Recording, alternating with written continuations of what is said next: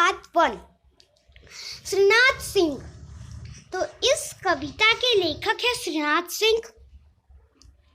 प्रस्तुत कविता में प्रसिद्ध रचनाकार श्रीनाथ सिंह द्वारा रची गई है। ये जो कविता है वो श्रीनाथ सिंह द्वारा रची गई है। जीवन में प्रकृति का बहुत ही महत्व है।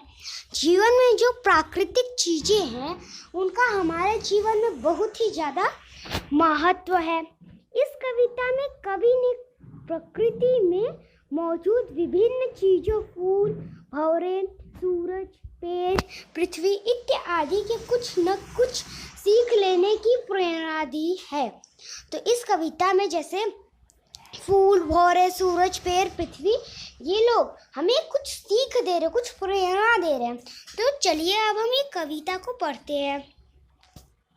फूलों से नित हंसना सीखो, भंवरों से नित गाना, तरु की झुकी डालियों से नित सीखो शीश झुकाना, सीख हवा के झोंकों से कोमल भाव बहाना, दूध तथा पानी से सीखो मिलना और मिलाना, सूरज की किरणों से सीखो जगना और जगाना, लता और पेड़ों से सीखो सबको गले लगाना, मछली से सीखो स्वदेश के लिए तड़प कर मरना, पतझड़ के पेड़ों से सीखो दुख में धीरज रखना, दीपक से सीखो जितना हो सके अंधेरा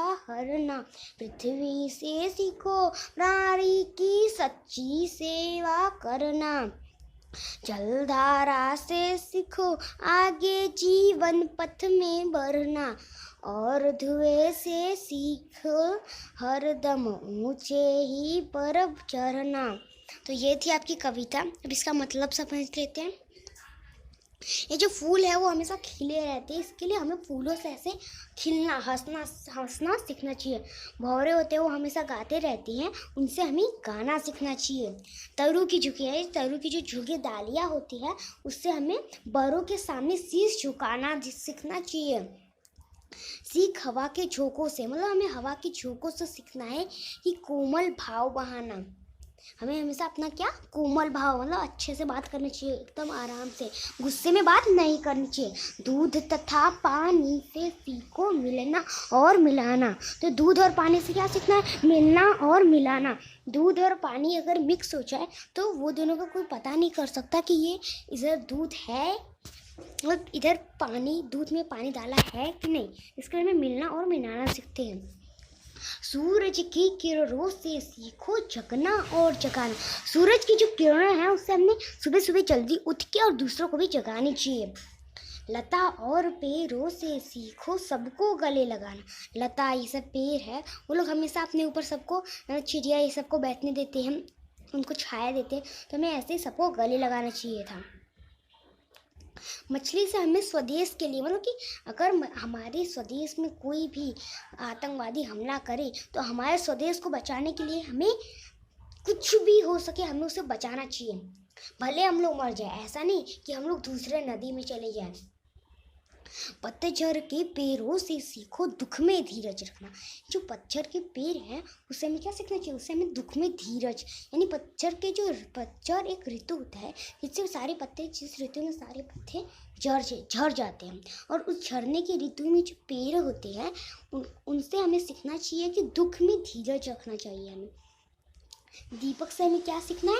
दीपक से हमें ये सीखना है कि जितना हो सके अकेले जितना हो सके अंधेरा हटाना, यानी जितना हो सके बुराई को खत्म कर देने का, बुराई को हटाना। पृथ्वी से सीखो प्राणी की सच्ची सेवा करना। पृथ्वी जैसे हमको अपने ऊपर रखती है, हमारी सच्ची सेवा करती है। जलधारा से सीखो आगे जीवन पथ में बढ़ना। आगे जीवन पथ में बढ़ना हमें जलधारा से सीखना चाहिए, तो जलधारा हमेशा अपना ऐसे कहीं ना कहीं ऐसा रास्ता ढूंढते ही रहती है। और धुएं से हमें सीखना है ऊंचे ही पर बढ़ना, ऊंचे ही पर बढ़ना। तो अब हम लोग आ जाते हैं शब्दार्थ पे।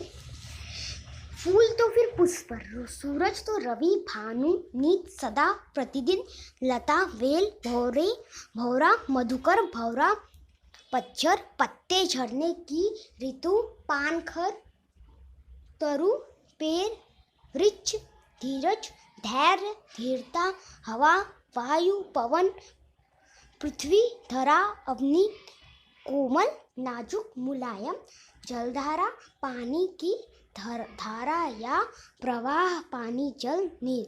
अब यहाँ पे हमें कुछ मुहावरे दिए, जैसे सिर झुकाना तो विनम्र होना, कोमल भाव आना तो सुंदर विचार प्रकट करना, और ऊंचे चढ़ना मतलब होता है उन्नति करना।